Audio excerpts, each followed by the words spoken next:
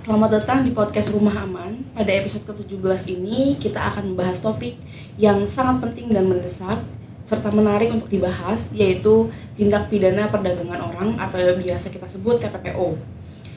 Tindak pidana perdagangan orang atau TPPO adalah masalah global yang memiliki dampak serius terhadap hak asasi manusia dan masyarakat di sekitar kita. Untuk membahas lebih lanjut tentang TPPO, kita saat ini mendapat kesempatan untuk berbincang dengan Wakil Ketua Lembaga Perlindungan Saksi dan Korban, yaitu Bapak Wawan Fahrudin. Selamat pagi, Pak. Selamat pagi, Dila. Beliau akan berbagi wawasan tentang situasi TPPO saat ini di Indonesia, tentang tantangan yang dihadapi dalam penanganan kasus-kasus TPPO dan langkah-langkah apa yang dapat kita ambil untuk melindungi korban serta mencegah kejahatan tersebut. Hari anti TPPO sendiri diperingati pada 30 Juli, maka podcast ini dipersembahkan untuk menjadi peringatan untuk kita bagaimana kita mencegah dan bagaimana kita melihat situasi TPPO saat ini di Indonesia. Oke, selamat datang lagi Pak di Rumah Aman. Ini pertama kali ya Pak setelah Bapak menjabat sebagai Wakil Ketua LPSK. Ya. Terima kasih sudah meluangkan waktunya. Ini pagi-pagi loh, Bapak. Pagi-pagi menyempatkan waktu untuk ngobrol-ngobrol sama kita di sini. Sebelum kita masuk ke dalam diskusi yang lebih panjang tentang TPPO, Bapak bisa ceritakan sedikit potret-potret kasus-kasus perdagangan TPPO di Indonesia itu seperti apa? Yang seperti kita ketahui bahwa Bapak Wawan ini memiliki jam terbang yang panjang di BP2MI. Gimana Pak, bisa dijelaskan sedikit? Iya, saya rasa benar tadi yang disampaikan Dila ya, bahwa hari ini tuh kalau bisa disampaikan kepada khalayak, kepada publik, Indonesia ini sedang darurat TPPO ya, darurat tindak pidana perdagangan orang. Kenapa saya sampaikan begitu? Karena minimal dari 4 tahun pengalaman saya di BP2MI atau Badan Pelindungan Pekerja Migran Indonesia, data dari BP2MI saya agak contek sedikit karena sudah nggak di sana lagi. Tapi kira-kira kalau per tanggal 18 Juli sekurang-kurangnya ada 2.589 jenazah yang dari tahun 2020 sampai 2024 18 Juli kemarin ditangani oleh BP2MI. Artinya apa? Di dalam satu hari itu sekurang-kurangnya ada 2 jenazah itu dari seluruh pekerja migran Indonesia dan kebanyakan mereka ditempatkan secara ilegal atau non prosedural.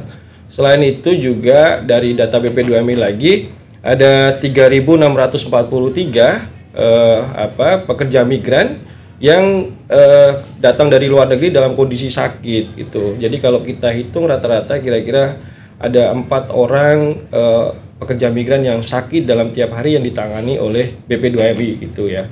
Nah, potret ini bisa menggambarkan secara real bahwa persoalan TPPO itu persoalan yang serius gitu, persoalan yang cukup serius terutama yang terkait dengan pekerja migran Indonesia, karena banyak sekali pekerja migran Indonesia kemudian menjadi objek dari perdagangan orang ini sendiri gitu.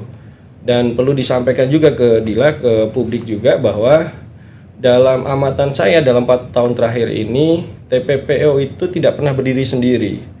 Jadi tindak pidana ini seringkali kemudian kalau istilah saya itu menggendong tindak kejahatan yang lain gitu. Misalnya di situ ada kejahatan terkait dengan tindak pidana pencucian uang gitu. Kan ini kan bisnis yang cukup besar, kemudian perputarannya cukup besar juga gitu. Dilakukan oleh para sindikat dari mulai jaringannya dari mulai desa, kemudian naik ke kabupaten, provinsi, di perbatasan sampai ke daerah penempatan, dan itu pasti ini bermain di dalam modal yang cukup besar gitu.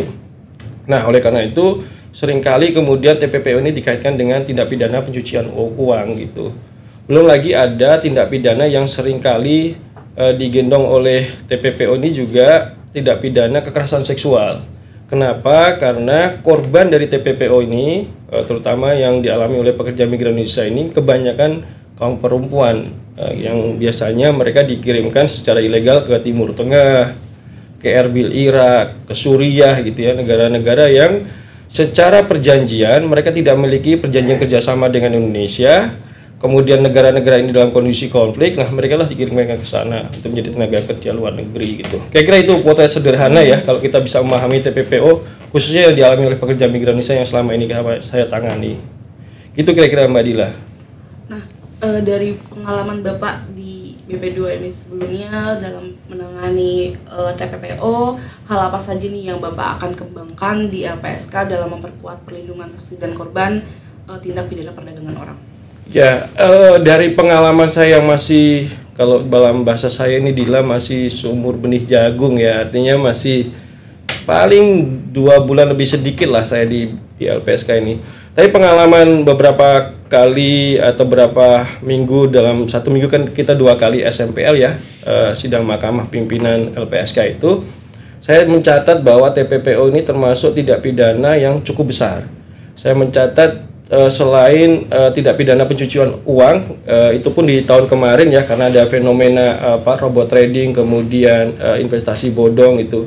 Saya lihat polanya itu tindak pidana itu paling besar adalah kekerasan seksual, baik itu dialami oleh anak-anak maupun yang dewasa. Yang ketiga adalah tindak pidana TPPO. Nah, ini menurut saya ini jadi warning ya, jadi warning bagaimana kemudian kita memiliki awareness atau kesadaran bersama bahwa publik perlu disadarkan, hati-hati loh bahwa tindak kejahatan itu yang terkait dengan tindak pidana kekerasan seksual maupun TPPO itu bukan jauh lagi, tapi ada di sekitar kita semua gitu. Nah, saya rasa LPSK ini kan diberikan mandat untuk berikan perlindungan juga ya, perlindungan maupun pemulihan hak-hak dari saksi dan korban. Nah, selain mereka misalnya di dalam proses peradilannya kita bisa memberikan hak proseduralnya, pendampingan hukum, juga bisa memperjuangkan pemulihan haknya dalam bentuk restitusi. Saya rasa hal-hal itu cukup bisa membantu pekerja migran ketika mereka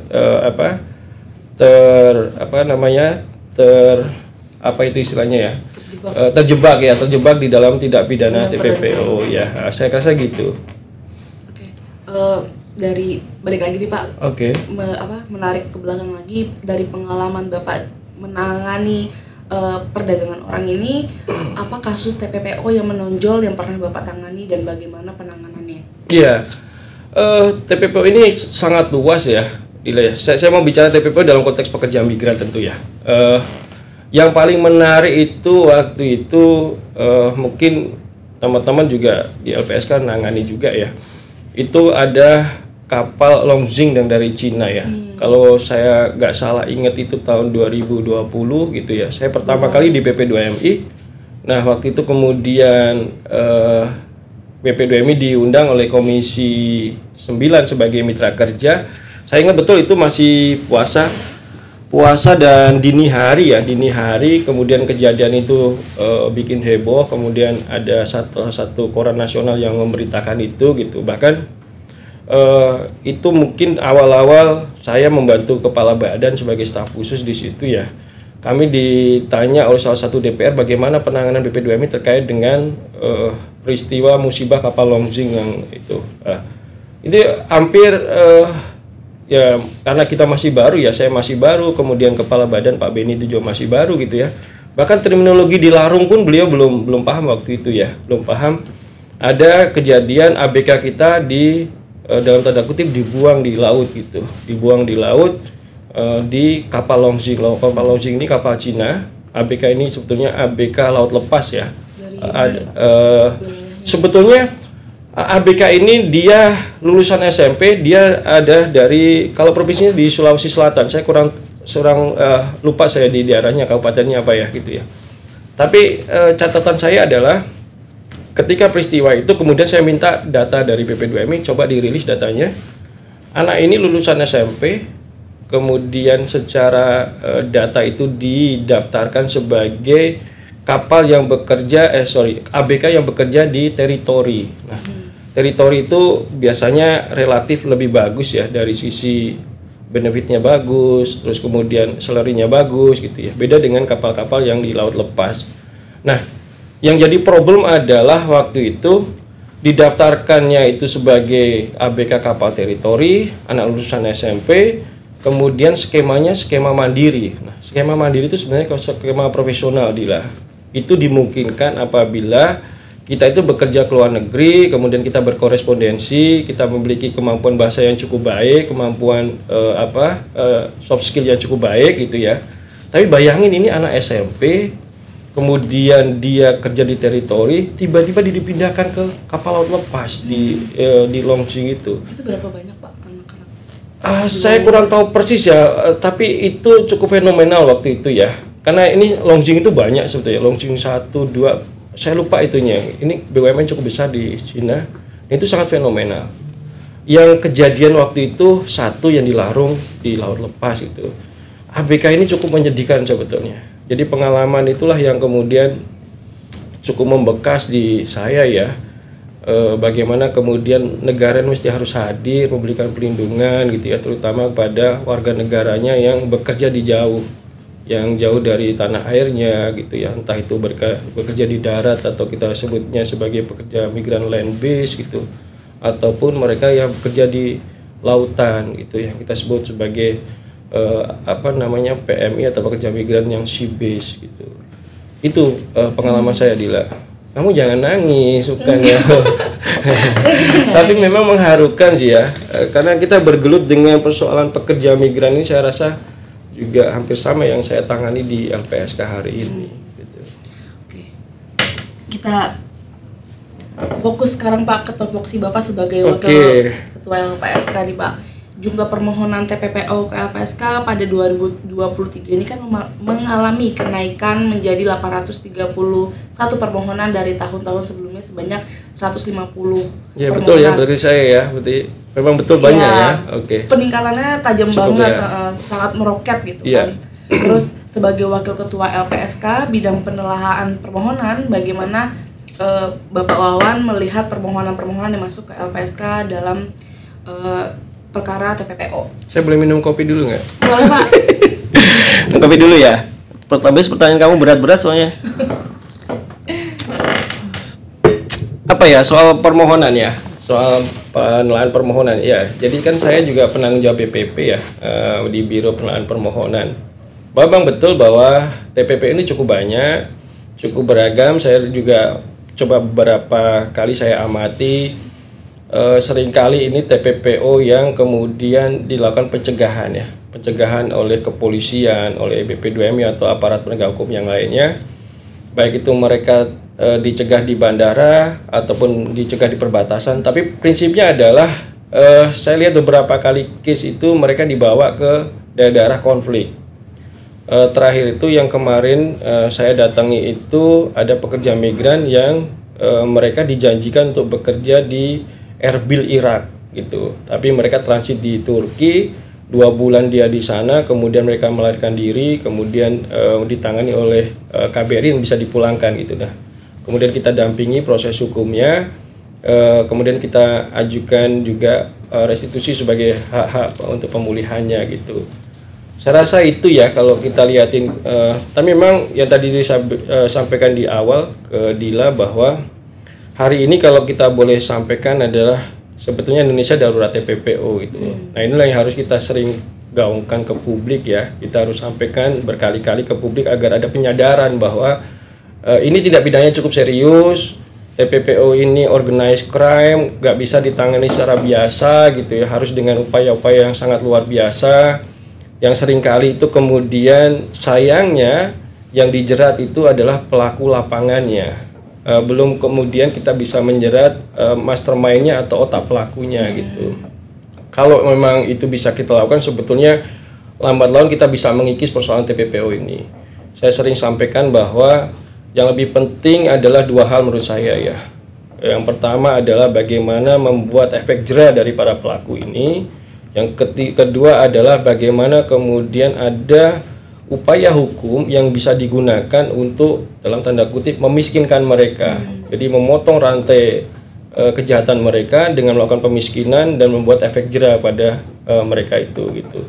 Dan saya rasa pintu masuknya adalah restitusi ya. Kalau saya 2 bulan saya pelajari di LPSK, kira-kira apa yang bisa kemudian membuat 2 hal yang tadi saya sampaikan. Restitusi ini bisa jadi pintu masuk, Dila. Karena kalau kita bisa, yang jadi masalah adalah bagaimana kemudian mendorong daya paksa restitusi ini. Saya lagi bagaimana kemudian kita bisa tegakkan misalnya ada upaya hukum untuk melakukan sita aset pelaku tindak pidana TPPO gitu. Kalau kita bisa melakukan itu, kemudian mereka tidak gampangnya kemudian menggantikan dengan hukuman subsidiar. Nah, saya rasa dua hal tadi itu bisa dilakukan gitu. Jadi kira-kira begitu ya. Kalau misalnya soal modus-modus atau apa sih Pak alasannya kenapa Indonesia tuh darurat TPPO? Iya, terutama pasti faktor paling kalau kita belajar itu kan sebetulnya secara normatif ada dua ya faktornya ya. Ada yang disebut push factor, ada yang disebut pull factor ya. Push factor ini kan biasanya yang faktor-faktor yang berasal dari daerah asalnya ya. Itu bisa jadi karena kemiskinan, bisa jadi karena kurangnya pekerjaan di daerah asal, di kantong-kantong pekerja migran, terus kemudian kurangnya pendidikan gitu. Nah, inilah kemudian menjadi faktor pendorong yang mereka mesti melakukan migrasi ke luar negeri. Ada juga yang disebut pull factor, faktor yang menjadi daya tarik. Daya tariknya mungkin karena gajinya di sana lebih besar, kemudian kesejahteraannya lebih baik, kemudian benefitnya lebih bagus gitu ya. Nah, faktor-faktor ini kemudian saling menguatkan dan saling mendukung ya. Kenapa kemudian orang tertarik untuk melakukan migrasi ke luar negeri? Yang jadi problem adalah bukan soal bekerjanya, karena kan bekerja dimanapun itu kan jadi hak ya, hak sebuah warga negara untuk bekerja dimanapun ya. Yang jadi masalah adalah jangan sampai kemudian mereka terjerat oleh sindikat atau mafia penempatan ilegal ini. Yang jadi problem adalah di situ ya. Karena biasanya mereka akan mencari calon-calon pekerja migran itu yang ada di desa-desa yang nggak bisa kita. Pemerintah kan pasti punya banyak keterbatasan ya, baik keterbatasan infrastruktur, SDM, anggaran gitu ya. Akhirnya mereka lebih banyak punya daya untuk bisa menjangkau para pekerja migran ini, calon-calon pekerja migran ini. Nah, biasanya mereka akan diselundupkan dalam tanda kutip itu ya lewat perbatasan itu. Perbatasan laut misalnya lewat Tanjung Pinang. Tanjung Pinang itu biasanya mereka akan diberangkatkan ke Malaysia lewat Johor Bahru. Atau mereka diberangkatkan lewat pelabuhan-pelabuhan udara. Entah itu di Soekarno-Hatta, entah itu di Juanda, dan sekarang ini ada modus baru menggunakan bandara-bandara baru. Misalnya sekarang ini di Kalijati ya, Kertajati yang di Bandung gitu. Nah, kita sebetulnya sudah mencoba memapping waktu itu ya, di mana-mana saja kemudian menjadi potensi untuk pemberangkatan ilegal gitu. Tapi kembali lagi ya, kejahatan ini kan berjenjang, kemudian banyak pihak yang terlibat di situ, bukan hanya pengusaha, mungkin juga oknum-oknum aparat juga bermain di situ gitu ya. Dan itu bukan hal yang baru ya, saya rasa Kepala BP2MI di setiap kesempatan menyampaikan itu. Ada oknum-oknum yang berseragam yang ikut bermain di dalamnya gitu, dan ya saya rasa nggak bisa kita lakukan dengan cara yang biasa, harus dengan cara yang luar biasa yang tadi saya sampaikan gitu. Kalau langkah konkret yang dilakukan LPSK untuk membantu korban TPPO mendapat perlindungan ini bagaimana Pak? Saya rasa kerja LPSK ini menurut saya cukup konkret ya. Apalagi kan Undang-Undang 31 2014 itu kan memandatkan bahwa kita bisa memberikan perlindungan. Perlindungan ini kan luas ya, bisa perlindungan fisik apabila mereka terancam jiwanya. Kemudian ada hak pemenuhan hak prosedural, penggantian biaya hidup sementara, kemudian biaya transportasi gitu ya, ketika mereka mau sedang berproses secara hukum gitu, maupun hak-hak pemulihannya. Hak pemulihan ini kan bisa bantuan medis kalau mereka kemudian mengalami luka, cacat dan lain sebagainya ya. Kemudian ada bantuan rehabilitasi psikologis gitu ya, apabila ada dampak trauma dari proses yang mereka alami kemarin misalnya, ataupun rehabilitasi dalam bentuk psikososial, dalam bentuk modal usaha kalau misalnya mereka punya usaha yang sebelumnya kemudian ditinggalkan gitu. Saya rasa banyak hal yang bisa dilakukan LPSK dan konkret untuk bisa memberikan perlindungan dan pemulihan hak bagi para korban TPPO ini. Lanjut ya Pak, kan sebanyak 55% atau 500 permohonan TPPO pada 2023 itu diantaranya dimohonkan kepada kepolisian, dimohonkan oleh kepolisian. Bagaimana cara LPSK memperkuat koordinasi dengan lembaga penegak hukum dan dalam menangani TPPO? Iya, kepolisian itu mungkin salah satu mitra strategis ya. Bisa jadi aparat penegak hukum, baik itu kepolisian dari mulai Polri kemudian sampai ke Polda sampai ke tingkat bawah lah. Ini salah satu mitra strategisnya LPSK. Kemudian yang juga penting adalah selain APH tentu komunitas ya, komunitas baik saya rasa SSK itu jadi inisiatif yang bagus dilakukan oleh LPSK ya, sahabat saksi dan korban. Kemudian saya tahu di BP2MI juga punya komunitas relawan pekerja migran Indonesia itu ya. Ini kawan PMI juga bisa jadi basis perlindungan berbasis komunitas juga. Dan ini kan bisa menjadi peluang sinergi dari dua lembaga ini ya. Ya tadi selain APH tentu komunitas, dan yang penting juga adalah organisasi atau ormas keagamaan Dila. Ormas keagamaan ini menurut saya menjadi satu elemen cukup penting ya, karena saya berkeyakinan gini, kalau kita tidak bisa menegakkan hukum positif gitu ya, beberapa pengalaman terkait dengan kasus di Indonesia ini bisa dilakukan dalam tanda kutip itu penegakannya lewat pendekatan agama gitu. Seandainya itu saya pernah beberapa kali saya dorong ya, baik itu lewat MUI, lewat PBNU maupun lewat Muhammadiyah. Seandainya ada semacam fatwa bahwa penempatan ilegal itu adalah haram gitu ya. Nah, fatwa haram inilah akan membuat efek jera gitu. Waktu itu saya belum tahu ada mekanisme restitusi bagi pelaku tidak pidananya ya gitu. Tapi pendekatan yang sifatnya non judicial itu, pendekatan non hukum ya maksud saya, itu mungkin juga bisa dilakukan gitu.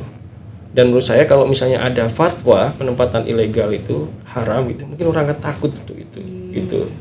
Kira-kira gitulah. Oke. Ini kan berdasarkan wilayah permohonan TPPO ke LPSK itu tertinggi berasal dari Provinsi Nusa Tenggara Timur, Pak. Sebanyak 154 permohonan data terakhir. Disusul oleh Provinsi Jawa Tengah 130 permohonan, Jawa Barat 115 permohonan, 115 permohonan. Sebagai pengampu program Sahabat Saksi dan Korban, apa yang bisa didukung dalam upaya perlindungan korban TPPO? Iya, ini juga sayangnya ya, kita masih punya PR yang panjang ya, Dila ya. Saya memang membayangkan LPSK ini bisa punya kantor perwakilan minimal di sejumlah provinsi di Indonesia gitu ya. Sekurang-kurangnya kalau menurut pendapat saya itu ada di 23 provinsi yang saya identifikasi, misalnya dengan indikator banyaknya tindak pidana di provinsi tersebut gitu ya. Tadi yang disebutkan Dila itu kan NTT, kemudian Jawa Tengah, Jawa Barat, dan Jawa Timur. Ya itu sebetulnya kan hanya segelintir dari 4 kantong pekerja migran ya. Kalau kembali lagi lah, saya bicara TPPO dalam konteks pekerja migran ya. Tapi kalau kita bicara keseluruhan sebetulnya ada 23 provinsi yang menjadi kantong pekerja migran hari ini selain 4 itu ya. Ada Sumut yang cukup besar, kemudian Lampung, kemudian di perbatasan itu ada Kalimantan Barat, ada di Riau, Kepulauan Riau juga gitu.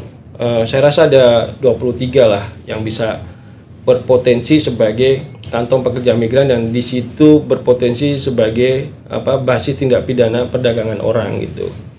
Nah, tentu kemudian yang tadi saya sampaikan bahwa kita perlu mengidentifikasi potensi yang ada di daerah itu masing-masing ya. Maksudnya potensi ini yang saya sampaikan, apakah di situ misalnya banyak pegiat kemanusiaan di dalamnya gitu. Apakah ada juga teman-teman yang punya concern terhadap persoalan-persoalan kemanusiaan, baik itu lembaga pers, mahasiswa, ormas keagamaan, kemudian NGO dan lain sebagainya ya. Kemudian kita petakan kementerian lembaga yang memiliki program-program pelindungan yang memiliki kesemiripan yang sama misalnya. Tadi saya sebutkan misalnya di BP2MI punya komunitas relawan pekerja migran, di kita punya sahabat saksi dan korban gitu ya. Tinggal sebetulnya membuat mekanisme link and match-nya seperti apa ya, mekanisme kerjanya untuk melakukan pelindungan berbasis komunitas secara bersama-sama dan sinergis gitu. Dan ini menjadi peluang bersama untuk bisa mengatasi berbagai kelemahan yang masih dimiliki LPSK selama ini ya. Kita masih punya hanya 2 kantor perwakilan, misalnya hanya di Jogja dan di Sumatera Utara gitu. Mungkin teman-teman yang berbasis kerelawan yang ada di banyak-banyak daerah itu bisa kita optimalkan untuk bisa memberikan pelindungan gitu.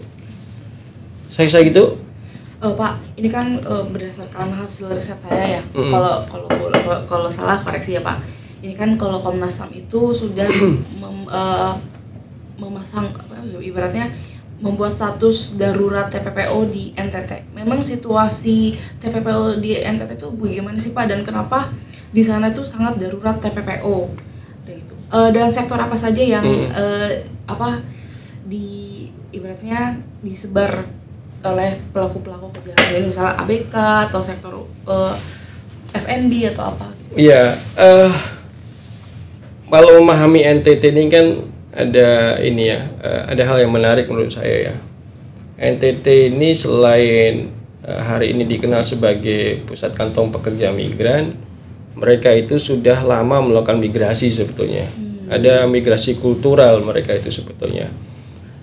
Mereka biasa untuk bekerja ke Malaysia, kemudian di perkebunan, mungkin dari kakek neneknya gitu ya. Yang secara legal formal mereka hari ini teridentifikasi sebagai pekerja ilegal ya, karena nggak terdata di kita gitu. Dan kalau kita lihat fenomena di NTT hari ini, selain sebagai basis atau banyak pekerja migran yang berangkat secara non formal atau ilegal gitu ya, non prosedural maksud saya, itu juga banyak juga terindikasi daerah yang memiliki kerawanan tingkat penjualan organ itu.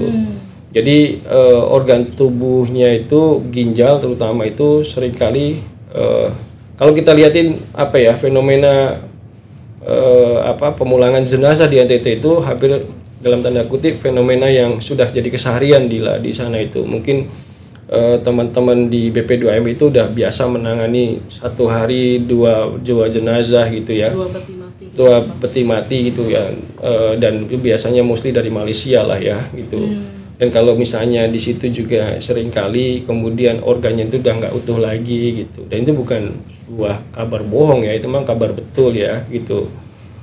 Oleh karena itu kan makanya jadi concern kita bagaimana kemudian cara mengatasinya ini gitu.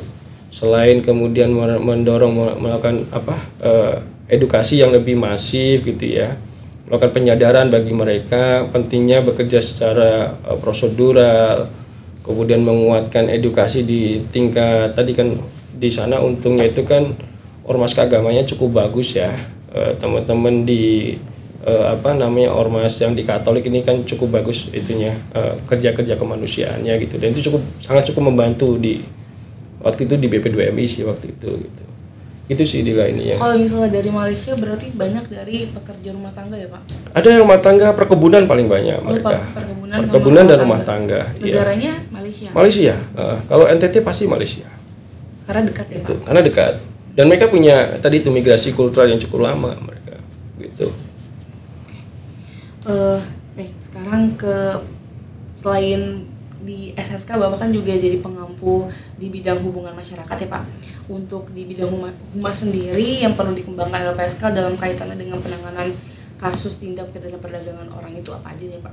Iya, menurut saya gini ya, ini menarik ya humas LPSK ini ya.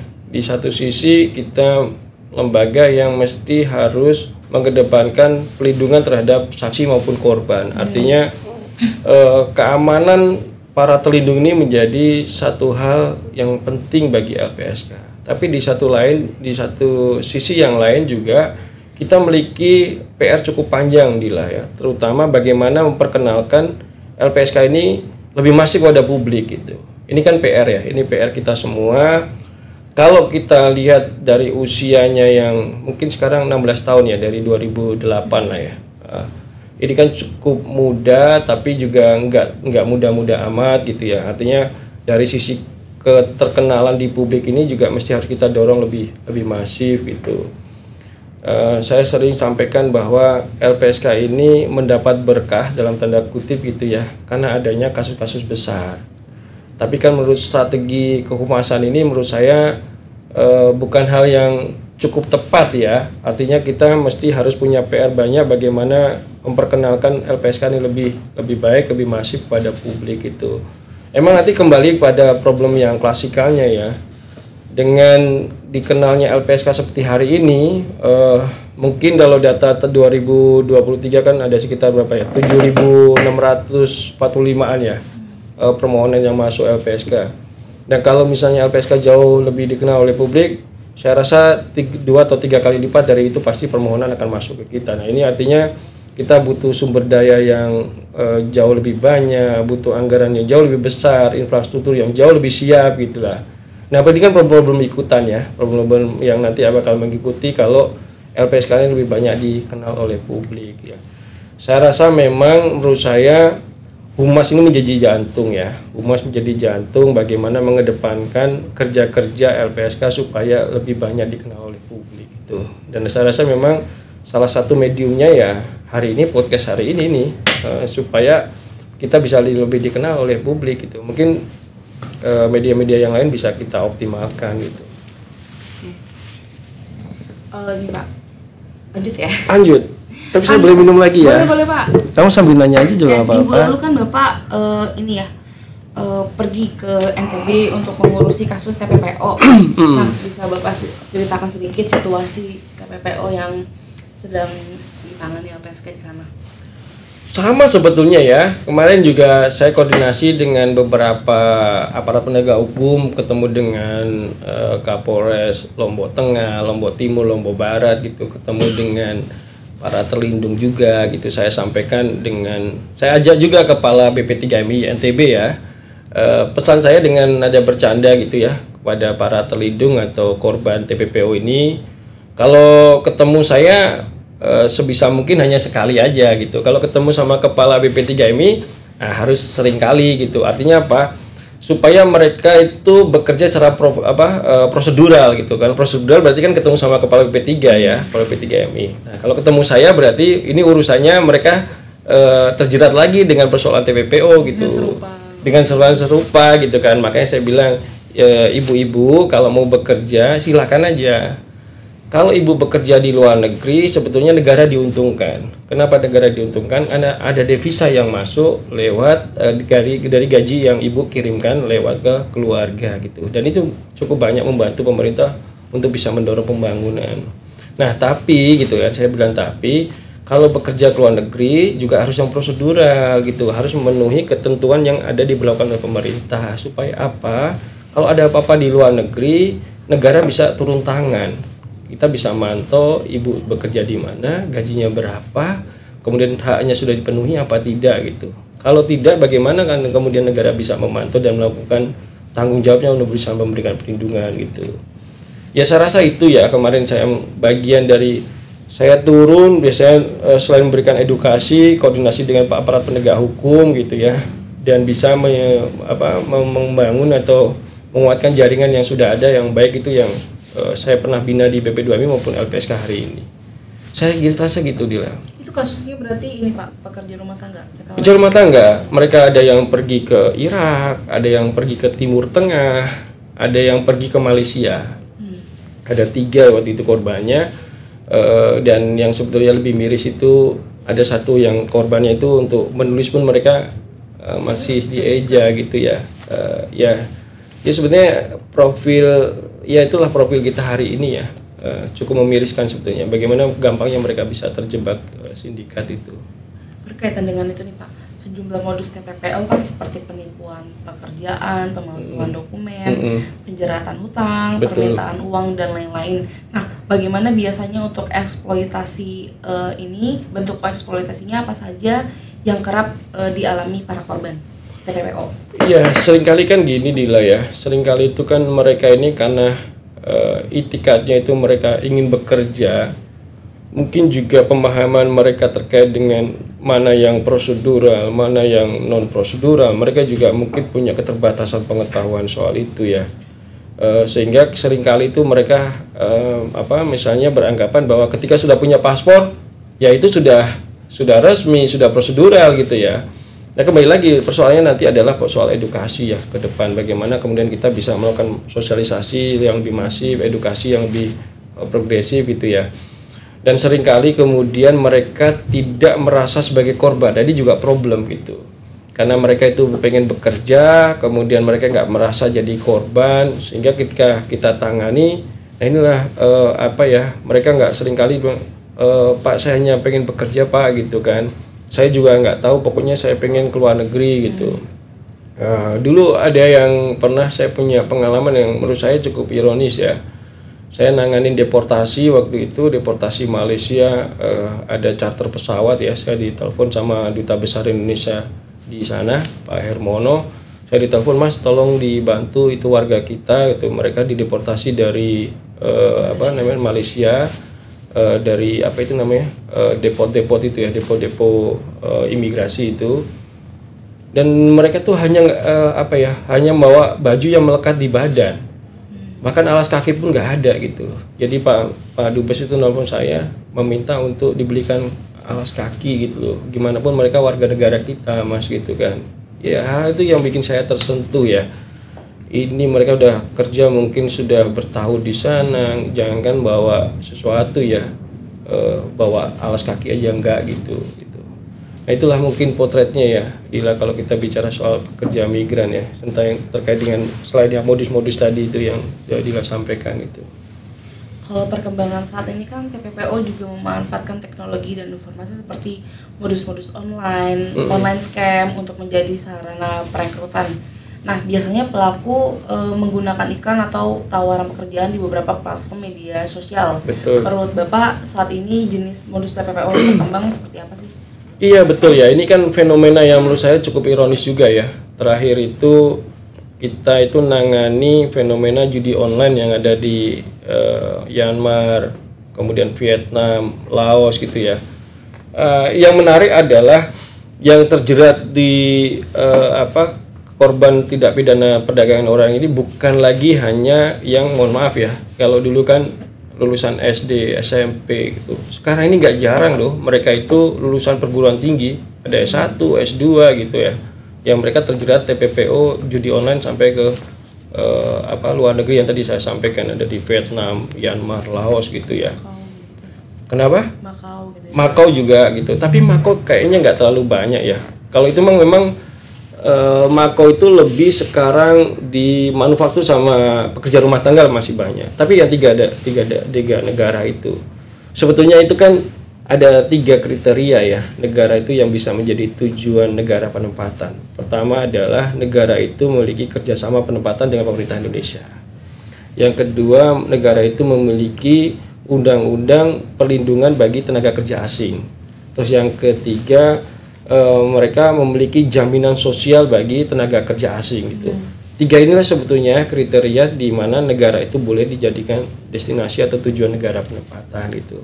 Dan 3 negara tadi yang saya sebutkan itu sebetulnya pertama mereka bukan negara tujuan penempatan. Yang kedua saya nggak tahu persis ya, bisa jadi mereka juga tidak memiliki perlindungan bagi warga negara asing atau tenaga kerja asing gitu.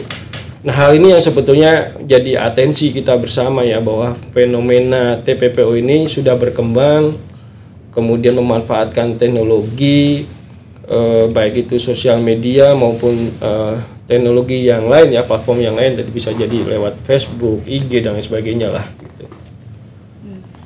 Oke, Pak, ini kan kemarin ada kasus terbaru ya yang TPPO itu melibatkan mahasiswa dengan kedok magang di luar negeri itu.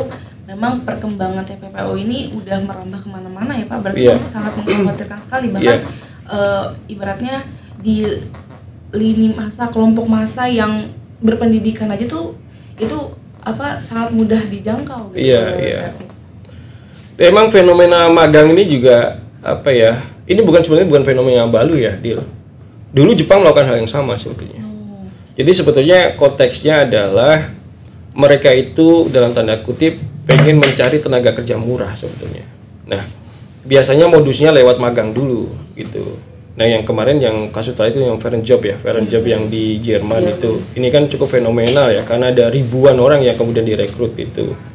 sebenarnya ada kunci ya, ada kunci terkait dengan penempatan luar negeri itu. Seluruh proses penempatan itu mesti harus mengacu pada cost structure yang disebut cost structure. Nah, cost structure itu sebenarnya struktur biaya yang sebenarnya ditetapkan oleh BP2MI selaku operator kebijakan atau pelaksana kebijakan yang ditetapkan oleh pemerintah. Sepanjang itu kemudian nggak ada cost structure-nya atau kemudian mereka melebihi dari cost structure yang ditetapkan oleh pemerintah, kita perlu curiga sebetulnya. Jadi kalau kita mau pergi ke luar negeri nih, Dila, itu sebenarnya sudah ditetapkan sama pemerintah. Cost structure-nya itu berapa gitu. Jadi proses penempatan itu baik itu misalnya ya untuk pengurusan dokumen jati diri, baik itu paspor, visa dan lain sebagainya, kemudian ada medical check up, ada jaminan sosial, itu sebenarnya sudah diatur sama pemerintah. Kalau kemudian itu di luar itu biayanya misalnya lebih tinggi daripada itu berarti perlu kita curiga, ini pasti ada masalah ini gitu. Karena itu semua sudah diatur oleh pemerintah gitu.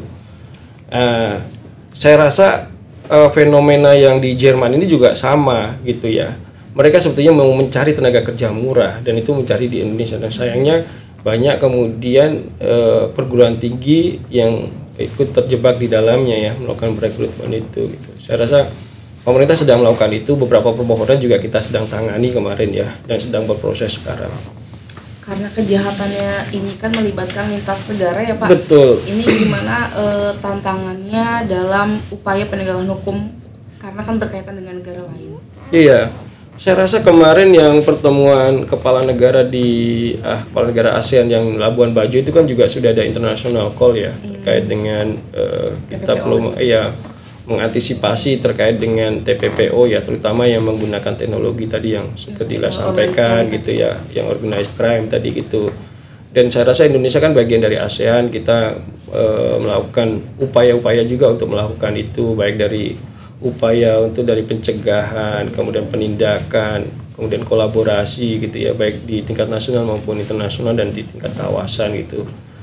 Dan kita kan sudah juga punya Undang-Undang TPPO ya, Undang-Undang 21 2007, kemudian ada gugus tugas TPPO di dalamnya. Tinggal kita memasifkan aja. Ada rencana kerja, rencana aksi juga yang sudah dilakukan, dicanangkan oleh pemerintah.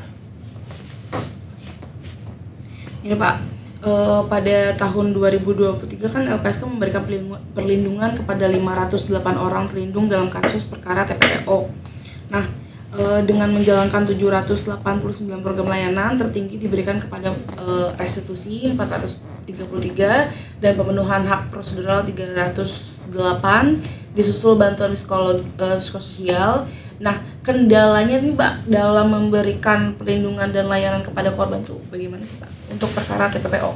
Iya, tadi ya, kalau secara umum saya lihat, secara umum ya, bukan hanya di TPPO ya, bagaimana kemudian mendorong daya paksa restitusi ini diberlakukan gitu. Kalau kita lihatin data kan juga kalau lihatin hitungan LPSK terkait dengan restitusi itu kan berapa ya, 28 triliun ya. Saya kurang tahu persis lah, 2,8 atau 2,8 ya. Tapi catatan saya adalah yang direalisasikan hanya 10% dari itu gitu. Artinya apa? Daya paksa terkait dengan penegakan restitusi ini masih sangat lemah gitu.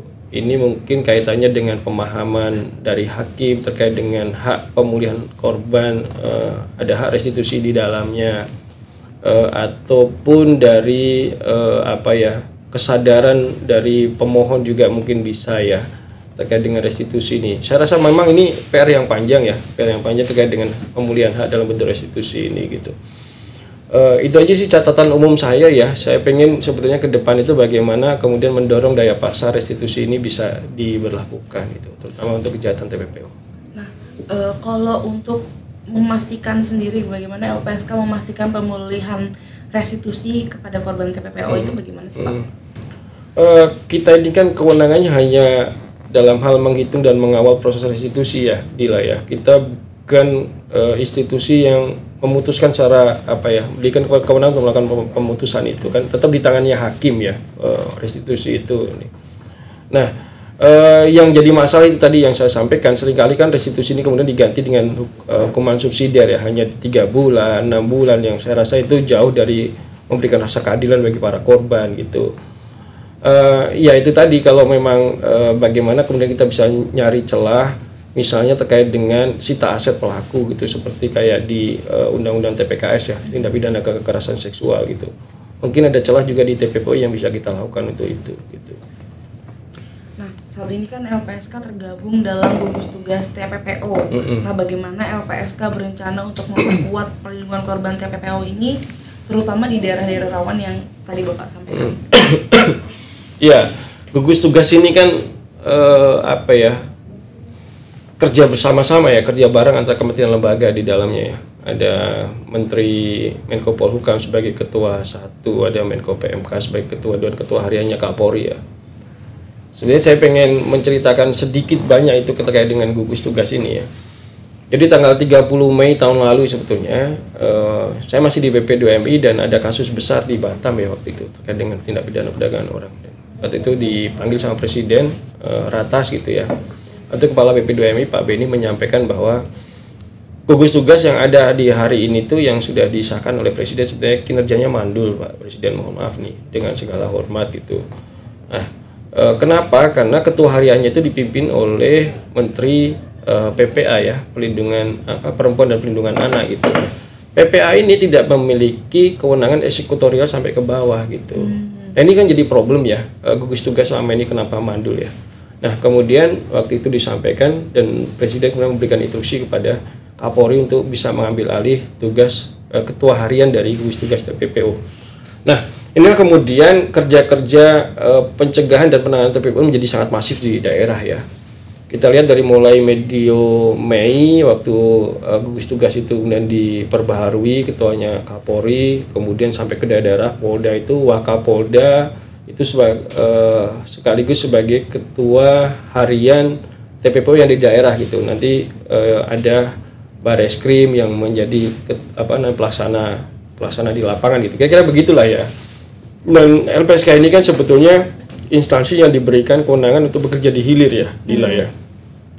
Penegakan hukumnya ada di teman-teman Polri, kemudian ketika terjadi tindak pidana, pelakunya ditangani oleh Polri, dan kita yang yang kemudian diberikan kewenangan untuk memulihkan atau memberikan perlindungan pada saksi dan korbannya gitu. Dan saya rasa ini kerja-kerja sinergis ya. Nah, hanya problemnya adalah kalau menurut saya ini ya, Dila ya, mesti harus ada perubahan paradigma dari penegak hukum. Seringkali kan penegak hukum itu kan menyampaikan ke publik misalnya ya, ada sekian pelaku yang sudah kita tahan gitu ya. Bagi saya yang kita bekerja di sektor pelindungan hak dan pemulihan hak korban dan saksi, yang lebih penting adalah bagaimana mengubah paradigma penegak hukum. Misalnya begini, kita sudah menyelamatkan sekian korban dari tindak pidana gitu. Ini kan perspektifnya beda ya. Yang satu ada kepemihakan terhadap pelaku, yang satu ada kepedulian atau kepemihakan terhadap korban gitu. Nah, saya pengen itu nanti ke depan itu ya, aparat penegak hukum itu lebih banyak untuk bicara bahwa kita sekian banyak setelah menyelamatkan korban gitu. Artinya perspektif terhadap korban itu lebih dominan daripada pelaku itu. Ini kerja LPSK ke depan ya, menurut saya ya, di dalam proses peradilan pidana. Nah, nanti selama 5 tahun ke depan nih Pak, program apa saja yang akan Bapak kembangkan ke depan dalam upaya perlindungan korban TPPO di Indonesia? Waduh, masih panjang sekali ini ya. Tapi mimpi saya beginilah. Ini terlepas dari tindak pidana TPPO secara umum ya. Pertama adalah PR kita bagaimana menguatkan lembaga kita tercinta ini ya, LPSK ya. Baik dari sisi kewenangan, tugas pokok dan fungsinya, tusinya, penguatan kelembagaan, penguatan anggaran, penguatan SDM. Ini jadi PR menurut saya ya. Kemudian perluasan dan penguatan dari kantor-kantor perwakilan. Kita mesti rasional ya dengan jumlah wilayah yang sebegitu luasnya dari Merauke sampai ke Sabang, kemudian dengan jumlah penduduk yang lebih dari 250 juta gitu ya. Kemudian dengan tindak pidana, kalau nggak salah ingat saya mungkin ada sekitar 250 ribuan itu tindak pidana gitu ya. Artinya 7.000 yang masuk ke LPSK ini hanya sekian persen yang sangat sedikit gitu. Nah, kantor perwakilan menjadi satu satu elemen kunci bagaimana kemudian menguatkan kelembagaan ini gitu. Minimal di tingkat provinsi kita punya. Yang ketiga adalah tentu kita nggak bisa bekerja sendiri, Dila. Tadi juga ada pertanyaan terkait dengan bagaimana SSK ini kita kembangkan ya. Sahabat saksi dan korban ini juga menjadi elemen kunci menurut saya bagaimana membangun partisipasi publik, partisipasi masyarakat itu bisa tergerak bersama-sama untuk bisa memberikan minimal edukasi. Edukasi bahwa tindak pidana itu bukan jauh dari kita.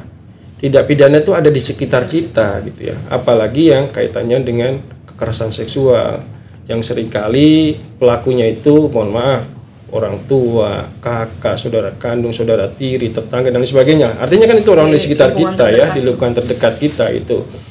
Nah, kan nggak mungkin juga kita lakukan itu sendiri ya. Artinya teman-temannya sahabat saksi dan korban ini menjadi kunci gitu. Kemudian yang selanjutnya tentu selain kantor perwakilan, SSK, banyak hal yang lain bisa kita lakukan ke depan ya. 5 tahun masih panjang lah, saya rasa masih panjang itu.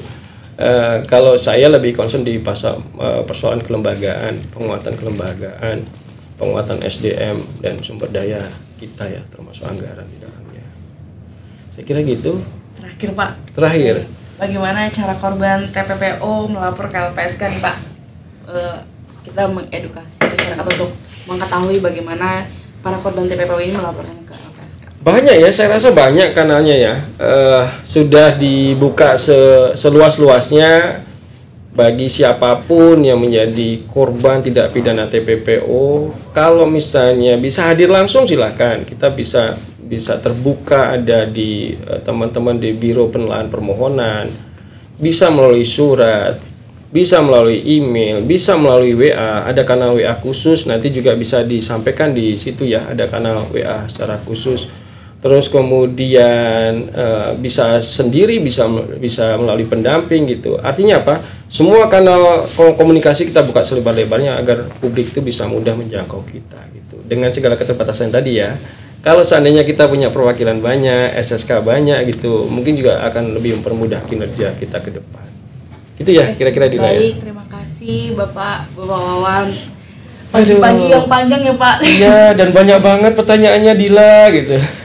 Mohon maaf Pak. Tapi kan ini memang pembahasannya sangat menarik dan darurat. Ibaratnya TPPO itu kan tindak kejahatan yang darurat dan perlu pembahasan yang lebih dalam Pak. Persis. Makanya kenapa kita perlu ada di sini? Harus adanya berseri panjang ini. Iya, ntar ini season 1. Baik, terima kasih. Tadi adalah obrolan pembahasan terakhir yang kita bahas bersama Pak Wawan. Mohon maaf jika ada kesalahan dalam pengucapan dan mungkin sikap kami. Terima kasih, sampai jumpa di Rumah Aman episode berikutnya. Terima kasih.